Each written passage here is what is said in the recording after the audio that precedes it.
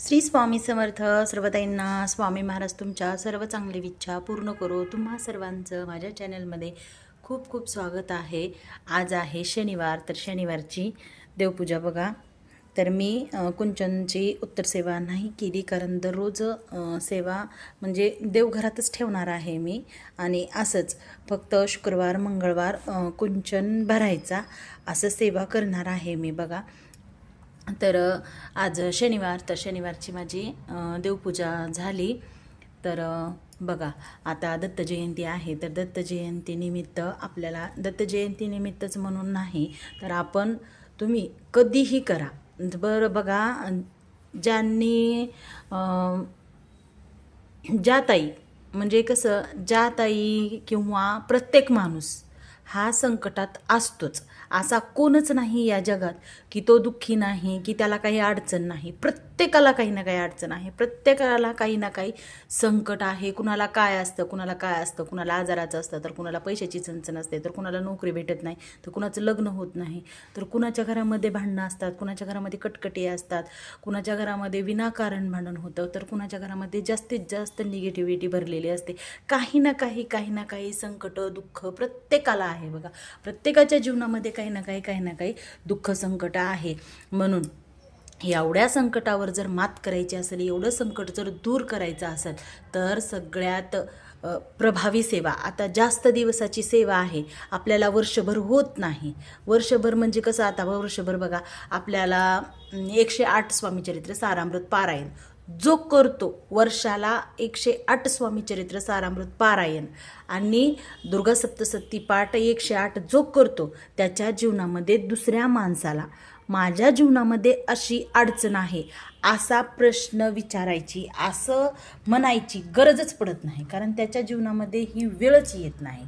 म्हणून जो स्वामीचरित्र सारामृत 108 पाठ करतो त्याला हा प्रश्न येतच नाही. त्याच्या जीवनामध्ये स्वामी महाराज काहीच ठेवत नाहीत.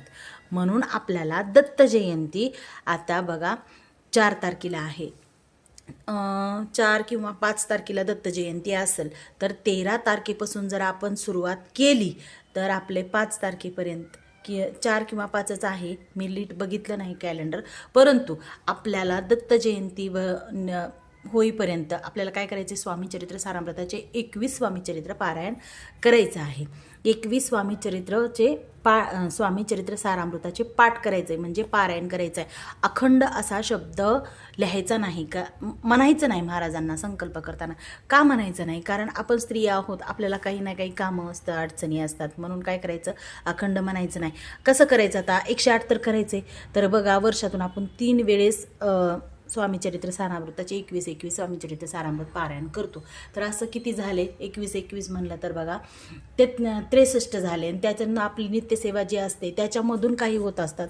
म्हणून काय करायचं, किंवा ज्यांना खूप अडचण आहे, खूप तकलीफ आहे, त्यांनी काय करा माहिती आहे का, आता दत्त जयंती आहे, तर आत्ताच स्वामीचरित्र सारामृताच्या पारायणाला उद्यापासून म्हणा, परवा म्हणा, जो दिवस आपण मनात धरला तो दिवस शुभ म्हणायचा आणि स्वामीचरित्र सारामृत पारायणाला सुरुवात करायची. फक्त स्वामीचरित्र सारामृत पारायण करताना स्वामी समर्थ महाराजांना श्रीफळ ठेवायचं, प्रार्थना करून यायची, स्वामी महाराजांना सांगायचं मी असं करणार आहे, तर माझ्याकडून करून घ्या. माझी अडचण, जे काही तुमची अडचण आहे, दुःख आहे, संकट आहे, स्वामी समर्थ महाराजांच्या समोर बसायचं. आणि एक आई म्हणून बघा, तुम्ही बहिणीला सांगा, भावाला सांगा, किंवा सासूला सांगा, जावला सांगा, कुणालाही सांगा, शेजारणीला सांगा, पण ते कुणी असो बरं का, आपला स्वतःचा आत्मा सोडला तर दुसऱ्या कोणत्याच माणसावर विश्वास ठेवायचा नाही. कारण कसं असतं, आपण स्वतःला सोडलं तर बाकी सगळे कसे असतात, स्वार्थी असतात, हसून ऐकतात, रडून ऐकतात आणि हसून सांगतात, असा हा माणसांचा नियम आहे. म्हणून काय करायचं माहीत आहे का, स्वामी महाराजांना सगळे दुःख संकट सांगायचे आणि श्रीफळ ठेवून यायचं आणि स्वामीचरित्र सारामृताला पारायणाला सुरुवात करायची. काही नाही, असं देवपूजा करायची आणि स्वामी समर्थ महाराजांच्या समोर बसायचं, स्वामीचरित्र सारामृत घ्यायचं, तारक मंत्र म्हणायचं, 11 वेळेस म्हणा, 1 वेळेस म्हणा, किंवा 11 माळे जप करा, किंवा 1 माळ जप करा आणि दिवसभर स्वामी समर्थ महाराजांचं स्वयंपाक धुणं भांडे करताना नामस्मरण करा. आणि एक स्वामी चरित्र सारामृत दररोज करायचं. सकाळी तुम्ही जर लहान मुलं असतील तर सकाळी 7 अध्याय सकाळी वाचायचे 10 अध्याय, संध्याकाळी 10 अध्याय वाचायचे. किंवा तुम्ही वेळ भेटला तेव्हा सकाळी देवपूजा केल्या 7 वाचा, पुन्हा 7 वाचा, पुन्हा 7 वाचा. कारण कसं असतं, शेवटी भाव महत्त्वाचा. तुम्ही स्वामीचरित्र सारामृत पारायण किती श्रद्धेने करता, किती विश्वासाने करता हे स्वामी महाराजांना दिसतं. कारण स्वामी माऊली ही समोर बसलेली आहे, ती सगळ्या जगाची आहे, जगाची आई आहेत, ब्रह्मांड नायक आहेत. मग त्यांना माहिती आहे तुमची काय अडचण आहे. नाही तुम्हाला एका बैठकीत झालं तर खूपच चांगलं, एका बैठकीत तुम्ही सगळं काही करा. पण 108 स्वामीचरित्र सारामृत जर पारायण केलं तर तुमचा प्रश्न हा राहणारच नाही. 100% प्रचिती येणार आणि 100% दुःख दूर होणार, ही मी गॅरंटी देते तुम्हाला. तर सर्व ताईंनी आवर्जून म्हणजे सर्वांनी ही सेवा करावी. ज्यांनी ही सेवा केली त्याच्या जीवनामध्ये कसलंच दुःख संकट राहत नाही बघा. तर सर्व ताईंना श्री स्वामी. याचे नियम काय? मांसाहार कडकडीत वर्ज करायचा, बाहेरचं परान्न घ्यायचं नाही. मांसाहार जर कडकडीत वर्ज केला, ब्रह्मचर्या पालन करण्याचं काही गरज नाही. परंतु मांसाहार आणि परान्न घ्यायचं नाही, ह्या 2 जर गोष्टी आपण केल्या आणि एवढी सेवा करताना दुसऱ्याचं वाईट कसलंच चिंतायचं नाही. दुसऱ्याच्या बाबतीत कधीही वाईट चिंतायचं नाही, वाईट बोलायचं नाही. दुसऱ्याचं वाईट होऊ दे अशी मनात भावना कधीच नाही आणायची. चांगली भावना आणली की आपलं चांगलंच होणार बघा.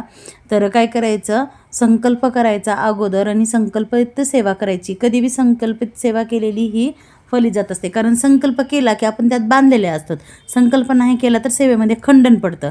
म्हणून काय करायचं, स्वामी महाराजांना श्रीफळ ठेवलं की ज्या दिवशी तुम्ही स्वामीचरित्र सारामृत पारायणाला सुरुवात करणार आहात, तुम्ही आता दत्त जयंतीनिमित्त 21 करा किंवा तुम्ही 108 स्वामीचरित्र सारामृत पारायणाला सुरुवात करा. कोणतेही करा, परंतु संकल्प करा.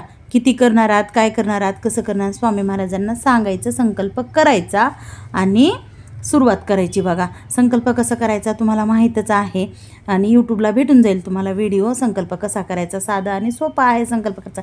पण मी कालच्या व्हिडिओमध्ये पण सांगितलं की संकल्प कसं करायचा. तर सर्व ताईंनी ही सेवा आवर्जून करा. जो स्वामी महाराजांची सेवा करतो ना तो कधीच दुःखी राहत नाही बघा. त्याच्या जीवनामधले हळूहळू सगळे काही दुःख संकट जायला सुरुवात होत असते. शेवटी आपले कर्म असतात. आता आपण एवढी सेवा केली तर आपले हे कर्माचे भोग असतात ना ते संपायला वेळ लागत असते.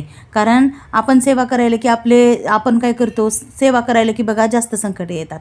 काय येतात, कारण ते स्वामी महाराज काय करत असतात, आपले जे काही कर्माचे भोग असतात ना ते आपले संपवायचे असतात. म्हणून सारखं आपल्यावर संकट येत असतं. आपणाला काय वाटतं, आपण सेवा करायलो, परंतु मी सेवा करायले स्वामी महाराजांचे मलाच काय हे असं होईल.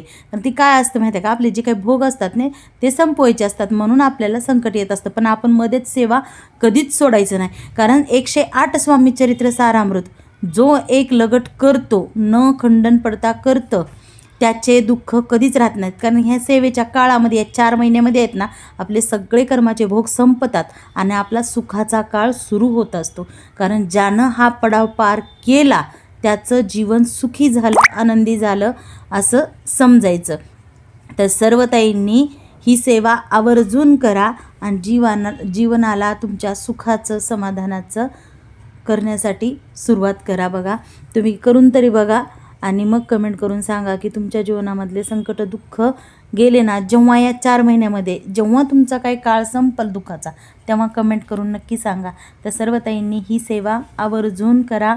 व्हिडिओ आवडल्यानंतर लाईक जरूर करा. नवीन असाल तर सबस्क्राईब करा. भेटूया अशाच एका नवीन माहितीसोबत. तोपर्यंत सर्वांना श्री स्वामी समर्थ.